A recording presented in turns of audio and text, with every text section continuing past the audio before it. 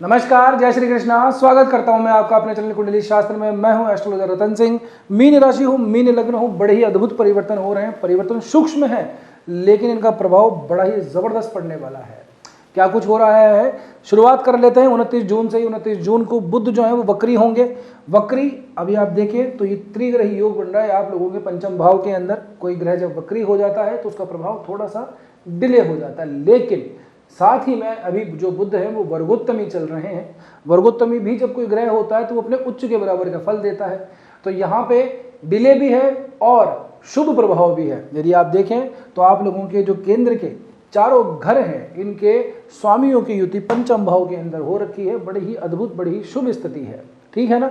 कोई कितना भी कहे कि शनि की मार से परेशान है, शनि गोचर कर रहा है, ठीक है कर रहा है, हमको भी मालूम है उसकी कुछ परेशानियां भी हैं, लेकिन कुछ जब शुभ प्रभाव हो तो शुभता पे ज़्यादा ध्यान देना चाहिए। एक तरीके का हम रोना धोना ही हमेशा रोते रहे। 7.5 साल तक ये शनि का प्रभाव रहता है, तो क्या 7.5 साल एक जैसे थोड़े ना रहते हैं। ठीक है ना। इसमें अप्स एंड डाउन्स आते हैं और यही वो अप्स एंड डाउन्स हैं, ये अप्स एंड डाउन्स नहीं है। ठीक है ना।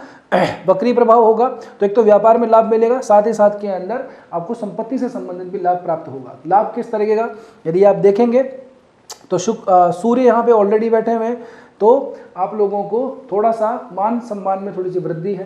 साथ में समाज, परिवार, कुटुंब उसका सहयोग है। और इसके अलावा कुछ भी खरीदने का कुछ भी योग बन रहा हो, खरीदने का मतलब असेट्स वगैरह क्रिएट करने का योग बन रहा हो तो ज़रूर से कर लीजिएगा। अच्छी स्थिति बन रही है। व्यापार में कोई परिवर्तन करना है, परिवर्तन उसको व्यापार को बढ़ाना है, व्यापार को कुछ थोड़ा सा कंसाइज करना है, व्यापार में साझेदारियों में बदलाव करना है, कुछ नवाचार करने हैं तो कर लीजिएगा। चिंता करने की ज़रूरत नहीं है। ठीक है ना। इसके बाद में समय आता है 1 जुलाई का। सीधा 1 जुलाई पे पहुंचते हैं। 1 जुलाई को क्या होगा, कुछ अच्छे परिवर्तन होंगे। पहली बात तो ये है कि जो शुक्र महाराज हैं वो आश्लेषा नक्षत्र के चौथे चरण में जाएंगे। आश्लेषा नक्षत्र के चौथे चरण में जैसे ही शुक्र प्रवेश करेंगे तो नवमांश में जब हम इसको देखेंगे शुक्र को, तो ये मीन राशि के अंदर मिलेगा। शुक्र मीन राशि में उच्च का होता है। मैंने कहा नवमांश में भी जब कोई ग्रह उच्च का हो जाता है तब भी वो अपने उच्च के बराबर फल देता है। पंचम में बैठ रहा है, शुभ स्थिति के अंदर है, यहाँ तो शुभता दे ही रहा है, साथ ही साथ के अंदर नवमांश में उच्च का हो रहा है, तो ये आप लोगों के लिए डबल धमाका वाला पैकेज बन जाता है। ठीक है ना। तो यहाँ से पर्सनैलिटी के अंदर चेंजेस हैं, शरीर में आलस जैसा भी आ रहा है, टालम टोली है, काम बनते बनते रुक जा रहा है, एंड मूवमेंट पे आकर के काम अटक जाता है, किसी से मिलने जा रहे हैं वो चीज़ें डिले होती जा रही हैं, जैसा सोचा वैसा हो नहीं रहा है। तो ये 4 दिन स्पेशली 1 जुलाई से 4 जुलाई के बीच में जो दिन है ये विशेषतः आप लोगों के लिए लाभदायक रहेंगे। आप अपने व्यक्तित्व में भी देखिएगा, खुद के ड्रेसिंग सेंस के अंदर चेंजेस आ जाएगा, अपने आप ही विचारों में थोड़ा बदलाव आ जाएगा। और रखा कीजिए, देखिए अपने आप को थोड़ा सा सार संभाल करके रखा कीजिए, साफ सुथरे कपड़े पहनिए, जो भी आपका सामर्थ्य, जो भी आपके पास में अवेलेबल है। ठीक है।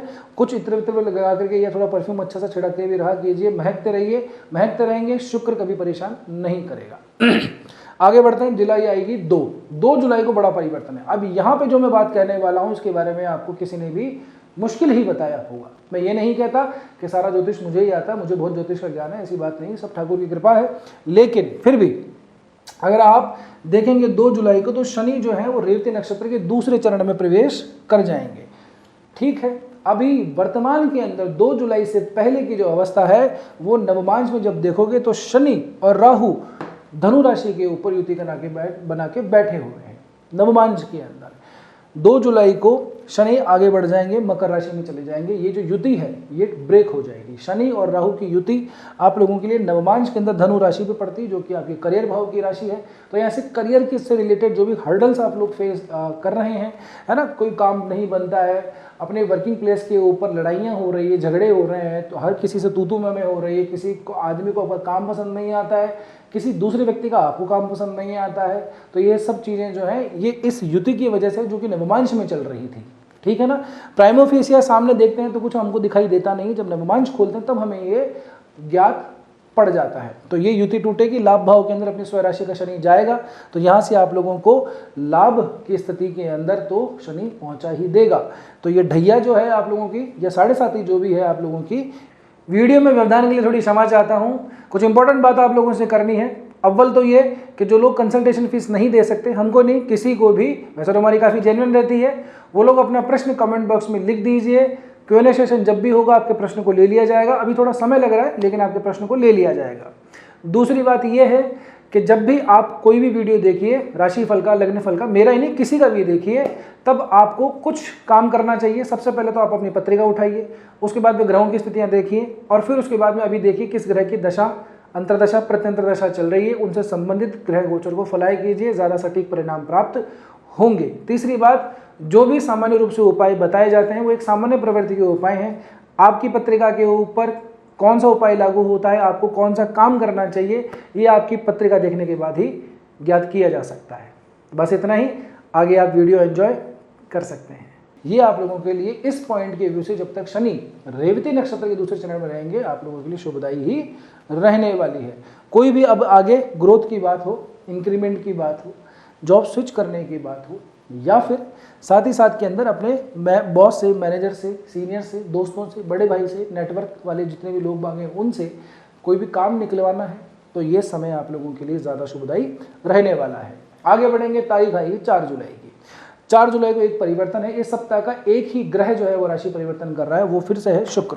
शुक्र सिंह राशि के अंदर जाएगा। आप लोगों के लिए ये छठा भाव पड़ता है। छठा भाव शुभ ग्रह पहुंच जाए अच्छी बात नहीं है, देखिए, लेकिन यहाँ पे ऑलरेडी ही केतु बैठा हुआ है, ठीक। तो ऐसा ग्रह छठे भाव के अंदर बैठा हुआ है, तो आप लोगों को बहुत, मतलब जिन लोगों की तो स्पेशली मैं कहूँ कि केतु से संबंधित महादशा, अंतरदशा, प्रत्यंतरदशा चल रही है, उन लोगों के लिए ज़्यादा परेशानी वाली बात है। या फिर सूर्य से संबंधित भी चल रही है, क्योंकि सिंह राशि पड़ती है, उन लोगों के लिए अनावश्यक खर्चे, अनावश्यक कर्जे, अनावश्यक ऑफिस पॉलिटिक्स, इन चीज़ों का शिकार हो रहे होंगे, ठीक है ना। वर्क एनवायरनमेंट बुरी तरह से तबाह हो रखा होगा। यदि केतु आपकी मेन पत्रिका में खराब है, तो आवश्यक नहीं है कि केतु राहु के नाम से सब कुछ खराब ही होता है। जब ये दो ग्रह अच्छे होते हैं तो अच्छा भी परिणाम देते हैं, ठीक है ना। बहरहाल, तो शुक्र के यहाँ पे जाने से ये जो नीरसता है इन चीज़ों के अंदर, ये कम होगी, क्योंकि अपना शुक्र जो है अपना खुद का प्रभाव तो डालेगा ही डालेगा, भले ही छठा भाव हो, ठीक है ना। और अगर कोई ऐसा है कि डेट वेट से संबंधित कोई परेशानी है, कर्जे वर्जे से संबंधित थोड़ी सी ज़्यादा परेशानी चल रही है, तो उसके लिए हमें देखना पड़ेगा कि यहाँ पे आपकी मेन पत्रिका के अंदर चार्ट में क्या चीज़ें कहाँ पर पोजीशन में है, ठीक है। अब इस शुक्र के यहाँ पे जाने से एक बड़ा बदलाव होगा, और आपके लिए नहीं, सबके लिए होगा। यदि आप ध्यान से देखें तो यहाँ राहु से शुरू करेंगे आगे तक, तो सारे ग्रह राहु और केतु के बीच में ही बैठे रहते हैं। ये मैं कई बार पहले भी बता चुका हूँ, इसके ऊपर अलग से वीडियो मैंने फरवरी मार्च में बनाया था, आने वाले 5 महीनों के लिए। ये राहु केतु के बीच में सारे ग्रह अभी अटके पड़े हैं, लॉक हो रखे हैं, ठीक है ना। तो ये शुक्र ही हैं जो इस लॉक को तोड़ने वाले हैं। जैसे ही केतु के आगे बढ़ेंगे, अभी केतु 8 डिग्री के आसपास चल रहे हैं, 8 डिग्री से जैसे ही आगे बढ़ेंगे वैसे ये लॉक ब्रेक हो जाएगा। ये कोई कालसर्प जैसी स्थिति नहीं है, ठीक है ना। ये कालसर्प नहीं है, कालसर्प कुछ अलग तरीके से बनता है, उसके ऊपर अलग विवाद है, वो छोड़िए। मैं बहरहाल जैसे ही शुक्र यहाँ पे 8 डिग्री को क्रॉस करेंगे, ये लॉक टूट जाएगा, तो कई मामलों के अंदर लोगों को राहत मिलेगी। आपके लिए तो ये 6-12 के अंदर राहु केतु एक्सेस बना हुआ है, बड़ा ही जो है नेगेटिव रिजल्ट यहाँ पे ज़्यादा देता है। अगर आपकी मेन पत्रिका में राहु की केतु की पोजीशन ठीक है तो इट्स ओके, अदरवाइज इस तरह का एक जो एक्सेस है वो ठीक रिजल्ट नहीं देता है। तो ये एक और शुभ समाचार है, ठीक है ना। तो घबराना नहीं है कि यार शुक्र चला गया छठे भाव के अंदर, ये हो जाएगा वो हो जाएगा, क्योंकि शुक्र खुद यहाँ पे तीसरे भाव का और 8वें भाव का स्वामी बनता है, अकारक है, मारक है, और वो खुद मारक भाव के भावों में जा रहा है, तो बड़ी ही अलग स्थिति पैदा कर देता है। ये भयभीत करने वाली भी होती है, कई बार तो लोग करा भी देते हैं, भयभीत नहीं हो तो भी डरा देते हैं, लेकिन कुछ मामलों के अंदर ये शुभ है, ठीक है ना। तो आप चिंता मत कीजिए, कई तरीके के मामलों में ये अच्छी स्थितियां बनती हैं, इसके ऊपर कभी और चर्चा कर लेंगे। अब आपकी शुक्र से संबंधित को दशा महादशा चल रही हो, शुक्र की पोजीशन कहाँ है, ये बड़ा ही इंपॉर्टेंट है आपके लिए। बहरहाल आगे बढ़ते हैं, तो इसी 4 जुलाई के दिन मंगल को थोड़ा सा एक बार और देख लेते हैं। मंगल वर्तमान में आप देखो तीसरे भाव में, पराक्रम के भाव में चल रहा है। इस भाव के अंदर मंगल जो है भाव के अंदर ठीक ठाक जो है बल रखता है। अब अगर आप वर्तमान में नवमांश में ढूंढोगे तो मंगल आपकी मीन राशि में मिलेगा। अब यहाँ से मंगल आपके अंदर ऊर्जा भी दे रहा है, जोश भी दे रहा है, आपके अंदर थोड़ा सा अहंकार, एरोगेंस भी दे रहा है। अजीब सा एक चिड़चिड़ाहटपन सा आप लोगों ने महसूस किया होगा इन दिनों के अंदर। जरा सी बात पे गुस्सा आ जाता है, जरा सी बात पे चिढ़ जाते हैं, जरा सी बात होती है और ऐसा लगता है कि पता नहीं क्या परेशानी फटाफट से हट जाएगी, ठीक है ना। जरा संगति लोगों की हमको पसंद नहीं आती है, बस एक जगह बैठने का भी मन नहीं करता, बेचैनी सी अजीब सी रहती है। ये सब मंगल की वजह से है। 4 जुलाई के बाद में रोहिणी नक्षत्र में मंगल जाएंगे और अपनी मूल त्रिकोण की राशि में चले जाएंगे, द्वितीय भाव के अंदर, नवमांश के अंदर, ठीक है ना। तो यहाँ से मूल त्रिकोण में जाके मंगल आप लोगों के लिए ठीक ही रहेगा। परिवार कुटुंब के अंदर थोड़ी इज्जत हमारी बढ़ेगी, बस थोड़ा सा जिह्वा पे, वाणी पे नियंत्रण रखिएगा। एक तो वैसे ही ज्ञान का भाव है, ज्ञान भाव के अंदर बुध बकरी हो रखा है, कर्क राशि पड़ती है, कर्क राशि चंद्रमा की राशि है, बुध और चंद्रमा की जरा ठीक ठाक बनती भी नहीं है, फिर ये समसप्तक भी होंगे, तो यहाँ से थोड़ी सी वाणी पे, भाषा पे थोड़ा सा नियंत्रण रखिएगा, जल्दबाजी में डिसीजन नहीं लेना है, और परिवार कुटुंब वालों से तो खास करके स्पेशली आराम से ही बात करना है। भला चाह रहे हो, बुरा चाह रहा हो, खामखा क्यों आप अपनी बात कह करके अपने अंदर क्या प्लानिंग चल रही है वो दूसरों को क्यों बताना है कि नहीं। बहरहाल अब थोड़ा सा एक बार चंद्रमा की तरफ नजर मार लेते हैं लास्ट में चलते चलते। चंद्रमा सोमवार, मंगलवार, बुधवार दशम भाव में जाएंगे, धनु राशि के अंदर। आप लोगों के लिए वैसे तो मित्र है गुरु और चंद्रमा, लेकिन अग्नि तत्व की राशि, जल तत्व का ग्रह दशम भाव में जाकर के कुछ अजीब से परिवर्तन कर सकता है। मैंने जैसे पहले भी बताया आप लोगों को, यहाँ पे नवमांश में राहु और शनि की युति चल रही है। चंद्रमा का गोचर होगा सोम, मंगल, बुध को, यानी कि 29, 30 और 1 तारीख को। तो इन 3 दिनों के लिए वर्किंग प्लेस के ऊपर थोड़ी हड़बड़ाहट थोड़ी सी ज़्यादा हो सकती है, थोड़ा सा ध्यान रखिएगा। फालतू किसी से उलझना नहीं है, कोई गलत काम नहीं करना है, दूसरे कुछ अगर आपने रास्ते अपना रखे हैं तो एटलीस्ट बताना तो मत किसी को, नहीं तो खामखा फंस जाओगे, ठीक है ना। आगे बढ़ोगे, मकर राशि के अंदर चंद्रमा जाएगा, ये संसप्तक तक की स्थिति है।